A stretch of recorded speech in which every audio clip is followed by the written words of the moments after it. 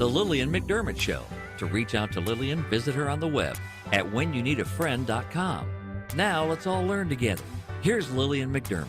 Hello, my listening and viewing friend. It's so nice we can meet each other on the air on this beautiful best day ever. But let me tell you about Tom Whitmire as I've gotten to know him. I would say, you know, you've heard me say this before. He's a Swiss Army knife. He does a lot of many things. And so when we talk about a doula, you think about a woman, but we're going to change all of that today. That's why we had to dance today. Get your mind open to seeing something different and new, because there's more to Tom Whitmire than meets the eye. Not only is he a certified doula, but he is also a lifestylist. I've got to read this because there's so much. A concierge health consultant, as like I said, a certified doula who specializes in fertility, prenatal, nutritional health. He also helps with natural birth. Now, he's the first one to admit that he's never assisted in a live birth, but there's more to birth than just delivering a child. There is so much to prepare the body for. And I thought, this is fascinating, because when I got pregnant, I wasn't thinking about toxins or not being my body, the terrain in my body not being ready. But for those of you who are grandmothers today that want to help your children and expose them to something different and new so that they can have a better chance of having a successful delivery and a happier child. And since it is our sole purpose in life to give and receive love and knowledge, I am so grateful that Tom Whitmire, certified doula, is here to do just that. Welcome, Tom. I'm so grateful that you are in the classroom. Aloha, Lillian. Thank you for having me so much. Thank you for doing these amazing shows and putting on these amazing conferences and inspiring people with your words and wisdom and dancing. You're funny. Okay, talk about how you dive in from that, and you're all in. You become certified as a health coach, a lifestylist. Then now, how is it that you became so passionate about fertility and the reproductive system? All right, great question. What I originally saw was that if I presented somebody something as simple as eat these fruits and eat these vegetables, they would always automatically have a response to me of why they couldn't possibly do that and how that's dangerous. I read this article, my doctor says not to. But the same people, within the next 5 minutes, they're eating an Oreo and drinking an energy drink. And there's no, my doctor told me not to eat, Doritos and Oreos and cupcakes and cake, and to drink energy drinks and all this random product that's never been tested, but they've been ingrained in their mind, oh, don't eat this fruit, this vegetable. Even sprouts, if you tell a pregnant woman to eat wheatgrass, oh, I heard that wheatgrass contains E. coli and I can't eat wheatgrass. Well, wheatgrass doesn't grow E. coli. It's just that they want you to have something in your mind that, oh, well, the guy that cut the wheatgrass might not have washed his hands, so it could have this. And so there's all these like roadblocks. So I was entering all these roadblocks. But the main reason I got into fertility is the roadblocks were a lot bigger when I was working with elderly people who had, complications that may have stemmed from, let's just say, mercury amalgam fillings. Mm-hmm. And I was like, wait a second, I could work for them forever trying to explain to them why they should have the mercury removed from the mouth. And this is the symptoms that they're having. Or I could work with mothers who are, wanting to be fertile, wanting to give birth, and I can instruct them, hey, let's do a process where you never have to put the mercury into your child's mouth, and we never have to do these cleanses and these detoxes, because the child will never have to, consume all the stuff that we're trying to detox and cleanse from. And that's when I started discovering my passion. What was your question? Is the passion became, oh, these people are excited for information and they are taking it in for a sponge, and they're not giving me the roadblocks like some of the other people that I've encountered in the world. But it's amazing how many mothers are out there drinking sodas and drinking wine and while they're pregnant, with their babies. And we know that they've done studies where the baby is attached to the umbilical cord, and the baby's umbilical cord has 285 toxins in there. So is it difficult at times to get a mother that's addicted to junk food and doesn't believe that nutrition makes a difference? That's not your clientele, is it? So when I first, like, one of my thesis statements that I say is that what we're going to talk about, as a couple, and I try to deal with couples, not just the mother, because the father is just as important, but what we are going to talk about is what's best for the baby, not what's best for you, or what makes you feel good, or what makes you feel normal, or what feeds your addiction. Like, this is what I teach, is what is optimal for the baby. And I'm coming from an industry as a doula, and many of the doula certifications, which is simply just another word for a birth coach. But in many of the doula certifications and how they're taught to be an advocate for their client. And I was simply told, if your client decides they want to smoke, it's your role to say, these are the benefits of smoking while pregnant. These are the negative effects of smoking while pregnant. And I presented you this information, now you can make a decision. I'm never in the world going to work to that capacity. So that person, that is not a client for me.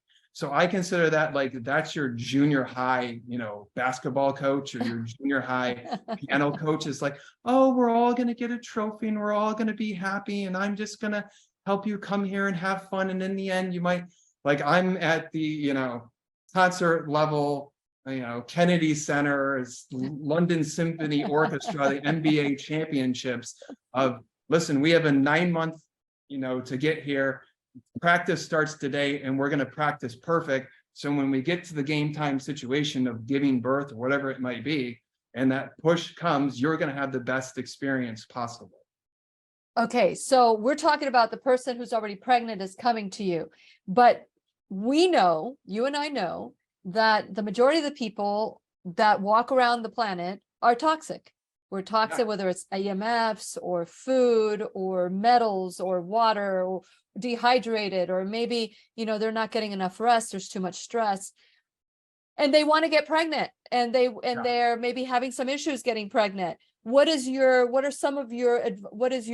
awareness that you bring to the table for someone who is now looking at maybe preparing their body because they have no other choice? They're not getting pregnant. All right. I'm gonna answer the question. First, I'm gonna start with a thesis sentence, so as everybody kind of knows where I'm coming from. Okay. My stance is that birth is a natural process that sometimes happens medically, not a medical process that sometimes happens naturally. So I'm all about natural, conception, natural fertility, natural birth, natural breastfeeding. And that's where I'm coming from. So if we're looking at what are the reasons couples can't get pregnant, so what is the cause of infertility, I'm just going to give it away. The main things is old birth control. So when people are taking these hormones to prevent you from getting pregnant, and then all of a sudden you want to flip a switch and get pregnant, and they're not detoxing the birth control from their bodies and these hormones, then those hormones are still affecting them from getting pregnant. And I've talked to handfuls of women that have gone to a fertility clinic, and not once have they addressed or even asked them about their birth control, or how long they've been off it, or what brand they were on, what chemical was it, and how we can get rid of it. Okay, so with that in mind, how would you say, if somebody's on birth control, how much time should they be off of birth control before even contemplating getting pregnant?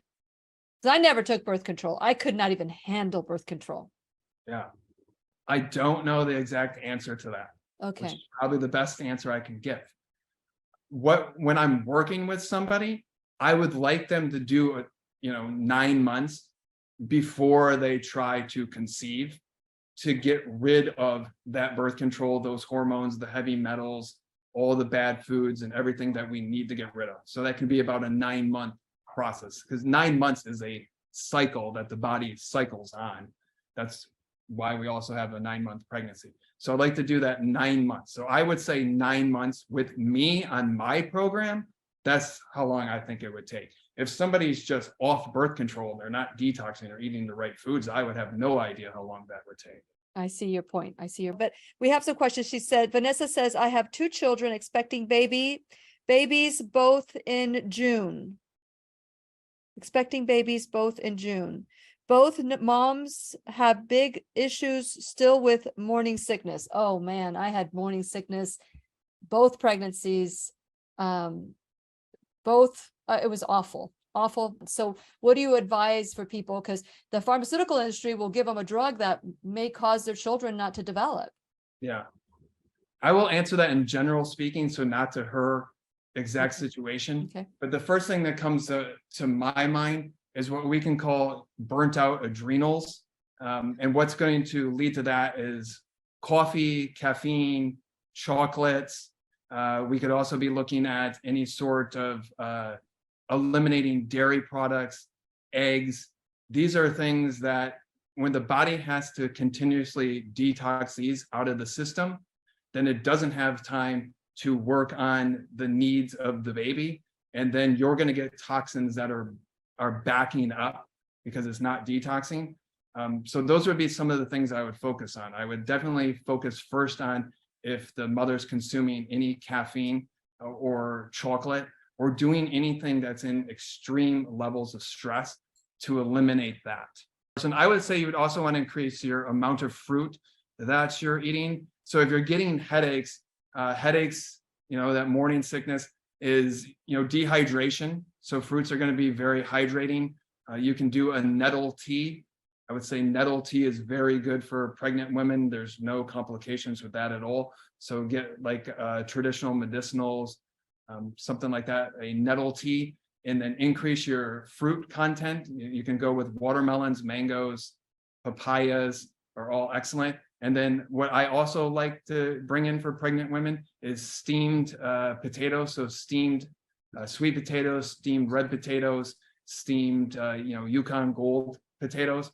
These are high in glycogen, which feeds the brain, Nice. but that's what feeds the baby as well. So the baby's body is predominantly going to be built on glycogen, which is sugar from fruits and vegetables. Mhm.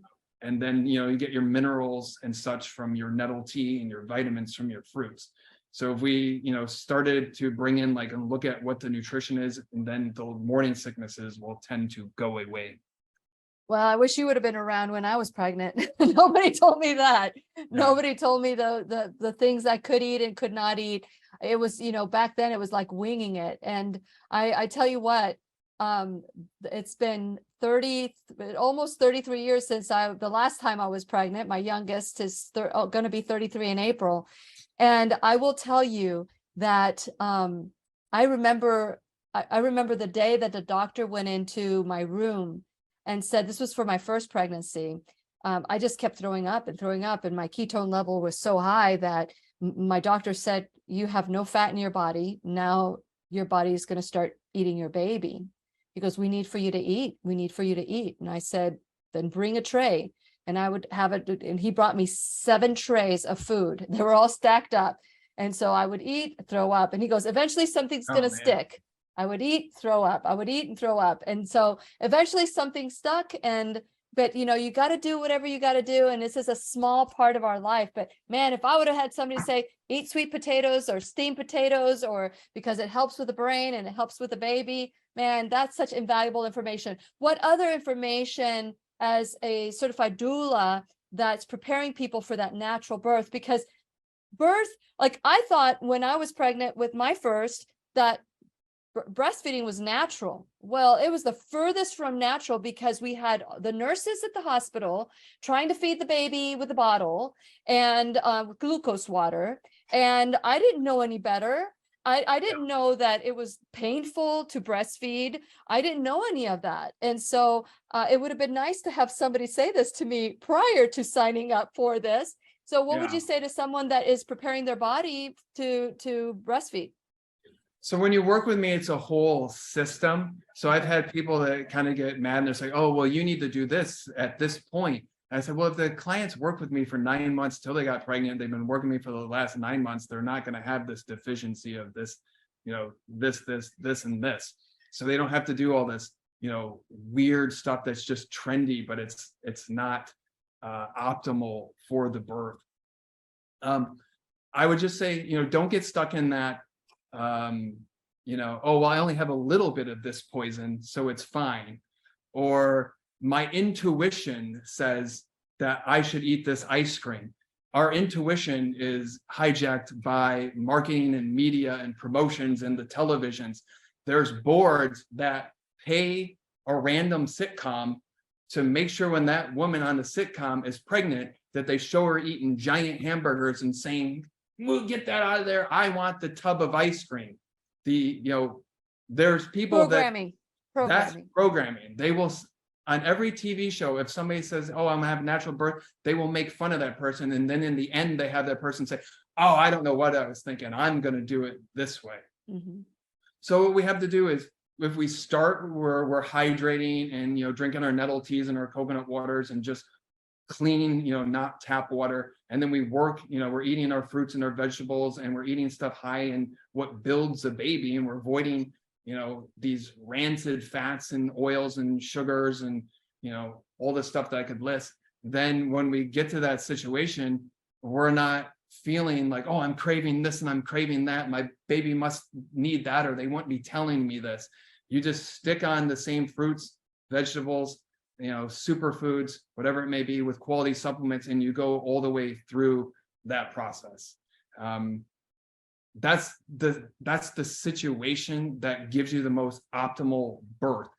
What we're really looking to do is, at that moment of birth, we want the body to be relaxed and comfortable. And we want that fight or flight to be used at birth. We don't want to use our fight, flight, or freeze the entire 9 months leading up to pregnancy while we're taking all these poisons and doing high stressful things, and consuming caffeine. And then your body's like got to detox that, and now it's stressed out. And then you get to the moment of birth and you go to push, and you don't have that stored energy. It's like your battery's lower. So I'm putting you in a process that's charging your battery. Now you got fertile. Now we're charging your battery, and now we're at this moment of natural birth. Okay, let's talk about that natural birth because many women are so drugged with the spinal block, or so they don't feel anything from the waist down. They don't feel anything. They don't even feel the baby come out.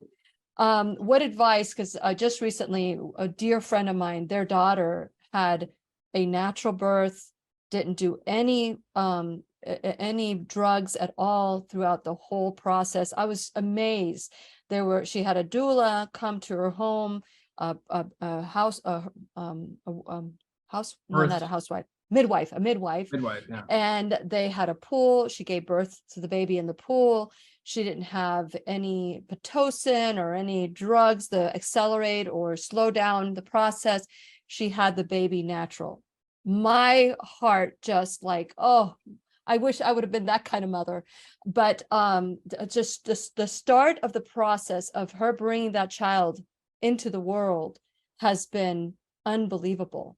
So what advice do you give to someone who decides to have a birth at home or home birth? And now what are some of the choices that they need to make so that they can make this dream a reality, to have the baby without any chemicals, without any drugs, naturally?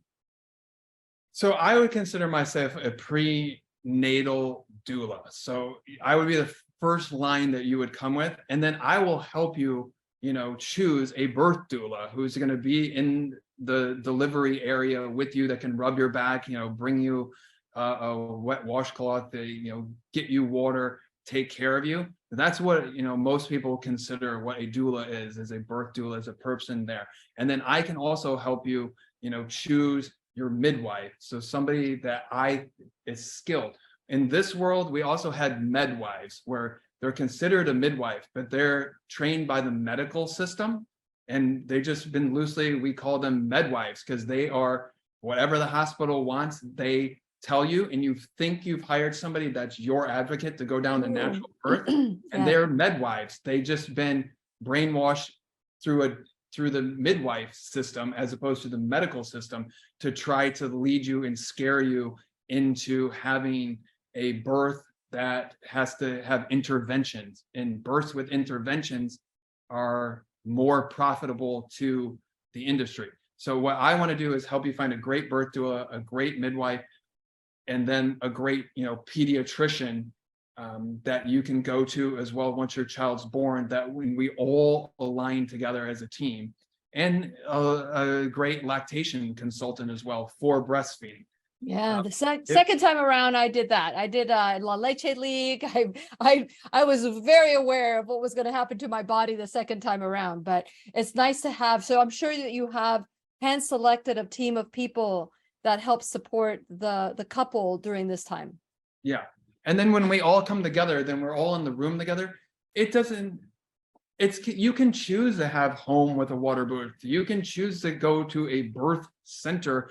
You can even choose to use the hospital. In some areas, that's the only situation. But if we all have a team and we've all been together for this whole 9 months, then we all know what our plan is going in. And we're not going to get scared by tactics that are actual just straight up psychology that's being used against the mother so that they can add billing procedures on there or not get sued or have complications. And the industry has really been hijacked. I'll circle back to me just sitting in, Phoenix, Arizona with a fractured clavicle. I've looked at the Federal Reserve Board and the finances and how our money system's corrupt. And I've looked at all the wars and how we have fake wars just to move money in and out of countries to line people's pockets. And I've looked at, from crime to poverty to all these conspiracies that exist in the world. And at one point, I thought the only thing I can control is when I open my refrigerator, what foods and beverages I put in my body. So that's what I decided to be an expert in. And then all of a sudden I had this, oh my gosh, that doesn't do anything. Like I need to be an expert in birth and to make sure that these kids are raised from the moment of birth, that first hour. What happens to that baby in the first hour can determine what happens to that baby for its entire life. If somebody says, I'm 40 years old and I have Crohn's disease, you can say, you weren't a natural birth. And they'll go and look and be like, yeah, you're right. I was a C-section baby. And you never got the microbiome that was established as you come through the birth canal. You weren't the proper hormones that your mom makes that you have, the hormones that you make.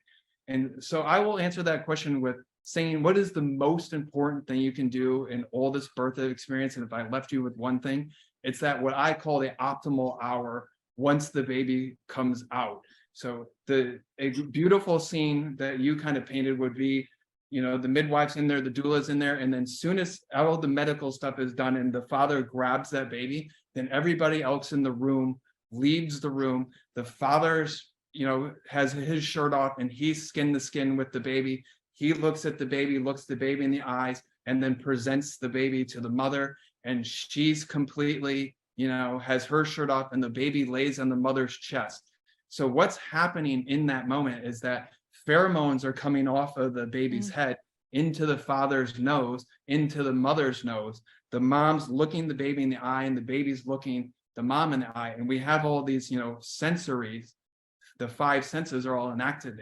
And what's happening is the human body, the mom's body says, my baby is alive. I can see in their eyes, I can smell their head, and I can hear their noise.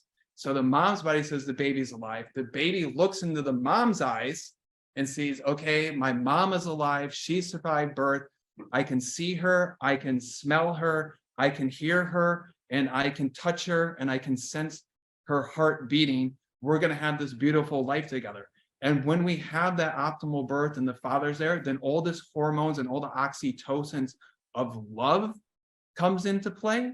But when we have what's opposite, what I'll call a medical birth or an invasive birth or a technological birth, and the doctor takes the baby from the mom, and the doctor's the first one to look the baby in the eyes, and the doctor smells the baby, and the baby sees the doctor's eyes, the doctor's smell, the doctor's pheromones, and then the second person is the nurse, and then all of a sudden that goes away. Now we have a baby that doesn't know where it was born into the world, and Wow. who's thinking, my parents didn't survive this, and now I have to turn in fight, flight, or freeze, and I can't put out the hormones of love. I have to put the hormones out of trying to survive in a world without parents. And that's probably one of the number one things that I try to get to people. And we have a system that is designed to make sure that that love bond is broken in the first hour. Wow. And if I just give you the smallest, like from the heart examples, putting a hat on the baby's head immediately, the baby's not cold. It doesn't need a hat. That hat is placed on the baby's head so that the baby's smell doesn't go into the mother or the father. Instead, it has the smell of detergents or fabric softeners or dryer sheets, and it's keeping the pheromones from coming off the top of the head. Even swaddling the baby, if they wrap a baby immediately in that blanket, we see it's the same blanket in every hospital because it needs to be done, then we're preventing skin-to-skin contact. The baby wants to be out, it wants to move, it wants to experience all its senses. It doesn't want to be tightened into a ball. And no matter how many people, oh, well, the baby was smashing the ball in the womb, that's how it feels comfortable. It wants to be out and alive. It wants to be chest to chest with the mother and father. And we have a medical system that's immediately putting cream, I'm just going to use the word cream, in the eyes of the baby. And that's immediately preventing that baby from making eye-to-eye contact with the baby's mother and father and making those signals established. Wow. So much that happens in that hour, that critical hour that has been circumvented and hijacked by the system. I hope that all of you who are listening to this right now, think of someone that you love, someone that's going to have a baby. This information is critical for all of you to continue. Like, we can just stop it right here. This is where we take 100% responsibility. My registered service mark is you can take a pill or you can take responsibility. It's not that I'm against the pill, but I am for doing everything you can. We've heard story after story from Tom and how changing to your lifestyle, the way you eat can transform the way your life is going to be for as long as you take that final breath. And if you're interested in learning more, go to whenyounneedafriend.com. While you're there, please subscribe, like and follow me on all social media, and share this video with your friends. Let them know that there's more to birth than what we think. We tend to give away our trust. So if you are interested in learning more about Tom, all of Tom's information is in my blog that came out on Sunday. You just click on his name and it'll take you to tomwhitmire.com. Today we have Tom Whitmire. He is a certified doula, but again, he is much more than that. For those of you who are not thinking about getting pregnant and you need someone to help you to manage your lifestyle, he is someone great. Let's go back to people that are having fertility issues. What would you say are 3 things they can do to set their body to receive? Because you talked about birth control, how sometimes that helps. And I know that there are people who don't want to have a baby, so they take this birth control to not have a baby, but they still have that I don't want to have a baby emotion. What would you say would be other things that they can do other than changing their perception and welcoming a baby into their life? What would you say they can do as far as nutrition or dairy, wheat, whatever? So if you're detoxing, I would keep detoxing, and what I kind of call my own special thing is detox by don'ting. So it doesn't cost any money to don't do this, don't do this, don't do this, don't do this, and all the stuff that's adding up. So don't do the coffee, don't do the caffeines, don't do the energy drinks, don't do the alcohol. All the stuff that the doctors will say, oh, well, that's fine in moderation. The doctor is going to say that because they don't want you to find a new doctor. People that are addicts will just find a doctor that approves of their addiction. And stressing out the adrenals to not lead to fertility is also hot yoga is one that we're told is great. But if you're at 103 degrees every single day working out, that's stressing you out, and that's not going to be good for your fertility. And then the same way, cold water plunging and all this, cold water hydrotherapy or chronic, hyperbaric chambers or the cryo chambers, not good for fertility. So anything that's creating high stress, if you go in a far infrared sauna, which, we all kind of promote, don't go over that, 20 minutes. Like in the past, I just put on a sitcom. They're 22 minutes long and then I'm done. You're not trying to go in there for 150 degrees and be a hero. Stop being a hero. I've had clients that they were doing a fertility shot and they were going the next day to do all the in vitro and everything. And they did a NASCAR experience the day before. So they were adrenaline junkies and they went on this big adrenaline high and their body shot out is full of adrenaline. And when you have adrenaline in your body, that rapidly ages you and it's not creating an environment for fertility. Wow. And so you're saying that people that are athletes running marathons, that's stressing their body out, that maybe they should take a little vacation just to prepare the body to calm it down to receive that fertilized sperm and egg. I would say, yeah. So like if you're running short, so human beings are designed to do like short sprints but long extended where, okay, I no longer can run like this. And now I'm like totally collapsed and I'm just trying to make it to the finish line so I can stay. That's not beneficial for you. Yeah. Yeah. And if we're in closing, I just like to express the importance of breastfeeding. One of the most important things you can do, and what I want to leave you with, is the importance of breastfeeding your baby. In that optimal hour, the baby will latch, they will find the nipple, and it will be comfortable, and they'll get colostrum. And that's when they're getting all the, the mom's making everything that they need for that baby to establish their immune system for the rest of their lives. And the baby's immune system is the mother's milk. The mother, from the spit will go into the nipple. The mom will create everything it needs to whatever that baby needs in that moment, and you breastfeed the immune system back into the baby. Breast milk's about 96% sugar water, so it's built from fruits and vegetables. It's not made of fats or proteins. So focus on fruits and vegetables. And I try to tell people, breastfeed your baby until their teeth fully come in. When the baby's teeth comes in, when the human being's teeth come in, then they switch over the enzymes of digesting food and not digesting milk. So that's a key. So at least a year. Don't let your doctor or whomever talk you into at 6 months to get off. Oh, we want to bring the father and get him involved, so we're using a bottle. It's not worth it. If you often meet who is the smartest person in the room, if you're at a party and the smartest person in the room, ask them, were you a natural birth and were you breastfed? And I'll bet you if they come back with an answer, they were breastfed and that they were a natural birth, because it creates people that are bigger, better, stronger. And you may have to sacrifice 9 months for fertility, 9 months of the pregnancy, and maybe those first 9 months or 2 years breastfeeding. But for the next 18 years of your life, it's going to be very simple for you. You can bring your baby to yoga and they can sit there next to you and everybody's done. You have a baby? My baby would cry. And you're like, well, my baby's optimal baby. I work with Tom. My baby doesn't. My babies don't cry. They don't get rashes. They don't get ear infections. They don't have, I have this blood thing or any of that stuff. And it's from the natural birth and it's from the breastfeeding.